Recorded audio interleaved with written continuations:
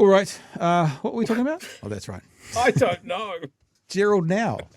Thank you very much, Herald NOW, for giving us some more chance to do content. Interesting this morning. I have no notes. I've got no notes on this. Oh, well. Uh-oh. Let's see what they were talking about on Herald NOW. He had on what looked to me like a hostage video. You'll have to describe, Chewie, who was the hostage. Is it Seymour or is it Chloe Swarbrick? But it does look like a hostage video.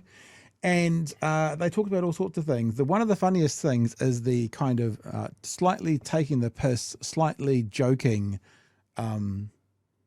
way that Ryan Bridge slammed the Prime Minister for being a spreader of dis and misinformation.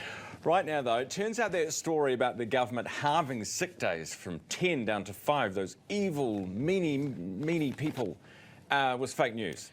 Only problem with it, of course, is that it was spread by the Prime Minister himself in an interview on Monday. So what's going on here? David Seymour, the leader of the ACT Party, is with us from Parliament, and Chloe Swarbrick, co-leader of the Greens. So who's the hostage in this? From an undisclosed location. Yeah. I think who's the David's already blinking out, help me. Yeah. I thought I put on Twitter today, Chloe just blinked twice and we'll send in SEAL Team 6. But I don't know. Who do you think is the hostage? We'll have to see. Thanks. Good morning, guys.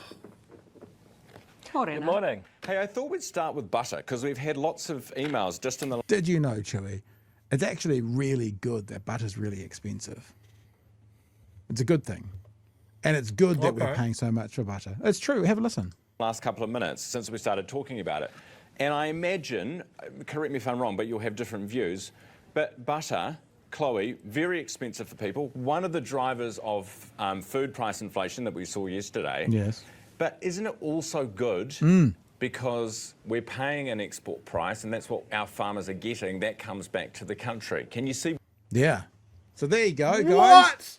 If you're paying $9 for a pound of butter, just remember it's good because the farmers are making a shit ton of money. Thanks, Fonterra.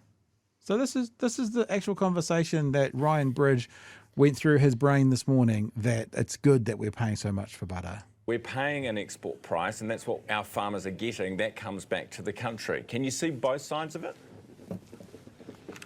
I mean, as with all things, of course you can see both sides of it, but at the end of the day, I think what people are concerned about is their ability to put food on the table.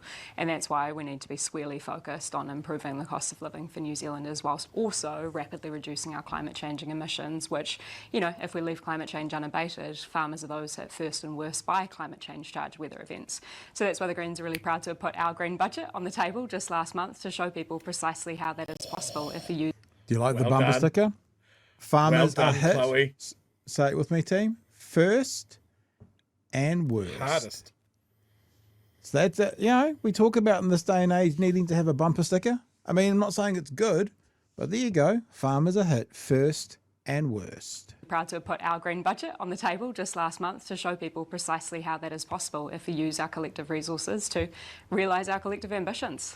David, is the price of butter a good thing or a bad thing? Well, it's both. It's obviously very good. Why? What? How is that a question? You know, is Chewie, you know, is suicide a good thing or a bad thing? I mean, there's just some things you don't need to ask the question for. The people are struggling with the cost of living right now, right? It means it's too expensive for a good portion of New Zealand to live. They're going backwards, especially the most vulnerable. And the question asked by this dingus is, you know, it's kind of 50-50, isn't it? The price of butter being so expensive. Can you see both sides of it? No. No, we can't. And anyone who says otherwise, Mr. Seymour, fair warning, is even more of a dingus. I'm sorry to use such foul language tonight, but, you know, I'm just feeling that irate. Thing or a bad thing? Well, it's both. It's obviously very good for New Zealand farmers to see that milk price up around $10. However, New Zealand consumers are paying that global price that the farmers are getting. Ultimately, it's not just butter, it's all the things people are trying to afford. How easily we can afford it depends on the strength of the New Zealand dollar on our economy, and that's why it's so important that we have a government that's really focused on managing its own finances and affairs well, so that there's more for everybody. I love it how Chloe has actively said before in interviews that she hasn't got a poker face. I'm actually watching Chloe's face now and listening to David, because Chloe will give us the tea on what she thinks about what David's saying. Yes, Chewie? Do you remember that old political debate, Till the Worm? Yep. The worm would go up if the audience liked it. O'Haria Belmont. What was his name? Peter Dunn. Yeah. Instead of the worm, let's just have Chloe's eyebrows. Wow. Okay. How much they move denotes how good or bad it is. So down would be bad, like furrowed. Up would be down good? and together, and up and away is good.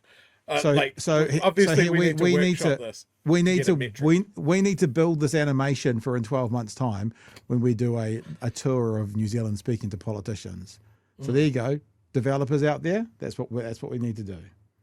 Really focused on managing its own finances and affairs well, so that there's more for everybody else to use to provide for their own needs, and for everything from butter to clothing to getting around the town with petrol. Sick leave. Which is not working at the moment. He's just saying we've got to have a good, strong economy so people can pay for the butter, which you're not doing, David. So what you're professing here, it should be doing, you're not doing, because people are struggling more today than they were a year ago. So you're not doing it. So you can't say it's good and bad, and it's hard for them to earn. But we build the economy, we make a stronger economy, people can afford it. You're not making a stronger economy. That's not happening right now. So therefore, that just leaves the bad option. Are we settled? Just the bad option? Chuck another question in there, Ryan. Is this proof that the free market doesn't work? Your thoughts? Very good. I like that. This was another issue this week that's popped up.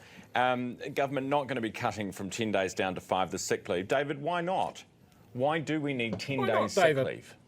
Why not? Well, it's an argument you can make that it should be 5. Other people would argue it should be 15. But the change that the government's... Who, anywhere, who of note... Now, I always put this caveat on. Someone with profile or power. Like, I'm sure we can find some rando in a pub saying it should be 15 days. But who of profile or power, so someone who has a platform or who has influence, has ever said fucking 15 days? Like who? Who has ever said it's 15 days? He's trying to make it sound balanced now. Well, it could be this, it could be that. No.